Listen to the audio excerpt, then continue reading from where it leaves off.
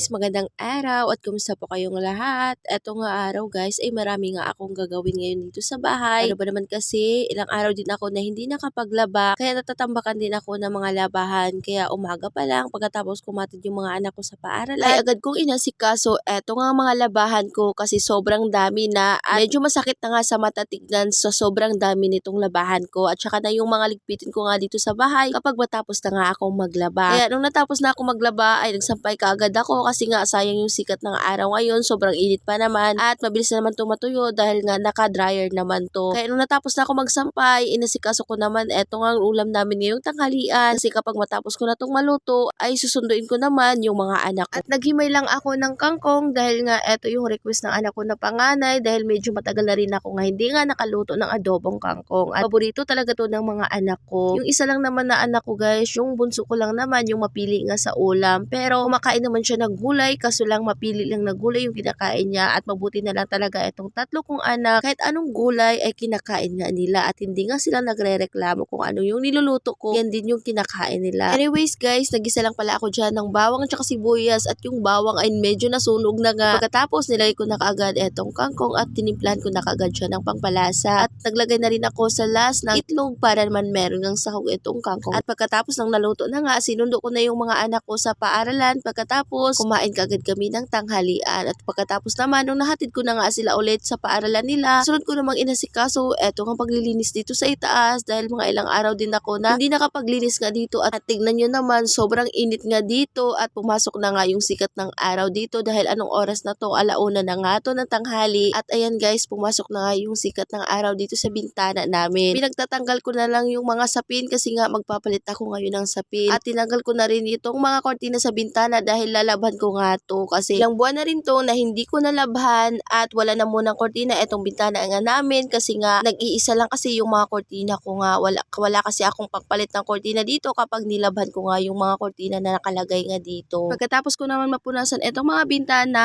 ay inurong ko naman itong higaan nga ng mga anak ko kasi nga wawalisan ko tong ilalim pagkatapos ko mawalisan ay kailangan ko talaga tong i-mop dahil ang dami kasing alikabok nga dito sa loob ng bahay namin kasi medyo mahangin nga ngayon pagkatapos eto nga bahay namin ay malapit nga lang din sa kalsada at sa mga oras na yan sobrang pagod ko na talaga paano ba naman kasi sobrang init nga dito sa itaas at sobrang basa na nga ako sa pawis kaya nagmamadali na ako para matapos kaagad ako kasi anong oras na yan at susundin ko pa yung mga anak ko pagkatapos pupunta din ako ngayon sa palengke dahil bibili nga ako ng may ulam namin. Dito na nga lang sana ako bibili ng may ulam nga namin dito malapit sa amin kaso nga lang bibili din kasi ako ng gulay at mas mura kasi dun sa palengke at makakatipid kasi ako kapag dun ako bibili kaya sa palengke na ako bibili. At ayan na nga guys, natapos na nga ako sa mga gawin sa bahay at pagkatapos naman tinasundo ko na yung mga anak ko pagkatapos ko silang masundo ay pumunta naman ako dito sa palengke. Kahit hindi Sabado at Linggo guys ay marami nga nakadisplay pa rin nga dito ng mga gulay kapag hapon kasi or umaga nagdi-display sila dito kasi naman mainit pero kapag mainit na natabi na nila yung mga paninda nila at ibabalik naman nila kapag hapon na.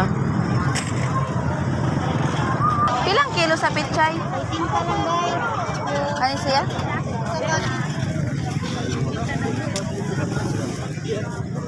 At sobrang mahal pa talaga yung mga gulay nga dito sa amin kaya kaunting gulay lang yung binili ko at bumili na rin ako ng isda at etong bangus yung binili ko at pagdating ko nga sa bahay nilinisan ko na kaagad etong isda dahil medyo madilim na nga ako nakauwi at malapit na rin kasi umuwi yung asawa ko galing trabaho kaya nagmamadali na ako at sinabaw ko lang tong isda isisikan ko nga sana to kaso nga lang ayaw ng mga anak ko ng sinigang kaya sinabaw ko na lang at yung iba naman piniprito ko para naman merong prito ayaw nga nilang kumain sa isda nga sinabaw at sabaw lang yung sa kanila kaya nagprito na ako. At nung natapos na nga ako magluto, ayan kumain kaagad kami at kain tayo guys. Thank you Lord sa lahat ng blessing. At yan lang muna for today's video. Maraming salamat po sa inyong panonood. God bless.